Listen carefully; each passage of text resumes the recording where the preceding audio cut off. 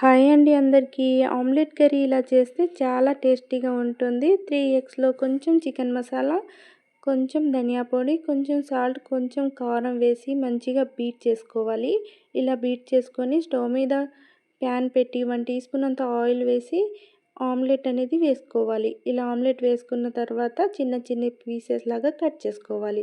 తర్వాత అదే ప్యాన్‌లో 2 టీ స్పూన్ అంత ఆయిల్ వేసి 2 ఆనియన్స్ వేసి మంచిగా ఫ్రై చేసుకోవాలి. తర్వాత 2 టమాటాలను కూడా అందులో వేసి కొంచెం సాల్ట్ కూడా వేసుకొని మంచిగా ఫ్రై అయిపోయిన తర్వాత 1 టీ స్పూన్ అల్లం వెల్లుల్లి పేస్ట్, హాఫ్ టీ స్పూన్ పసుపు, హాఫ్ టీ స్పూన్ ధనియా పొడి, కొంచెం chicken masala, half teaspoon కారం వేసి మంచిగా ఇలా 2 నిమిషాలు ఫ్రై చేసుకోవాలి. తర్వాత హాఫ్ గ్లాస్ అంత వాటర్ వేసుకొని మంచిగా ఇలా ఉడికించుకున్న తర్వాత ఆమ్లెట్ పీసెస్ అనేది ఇందులో వేసుకోవాలి. ఇలా వేసుకొని ఒక 2 నిమిషాలు సిమ్‌లో మంచిగా ఉడికించుకోవాలి. ఇలా ఉడికించుకొని కొంచెం కొత్తిమీర చల్లి సర్వ్ చేసుకుంటే చాలా అంటే చాలా టేస్టీ అయిన ఆమ్లెట్ కర్రీ రెడీ అయిపోతుంది. Thanks for watching.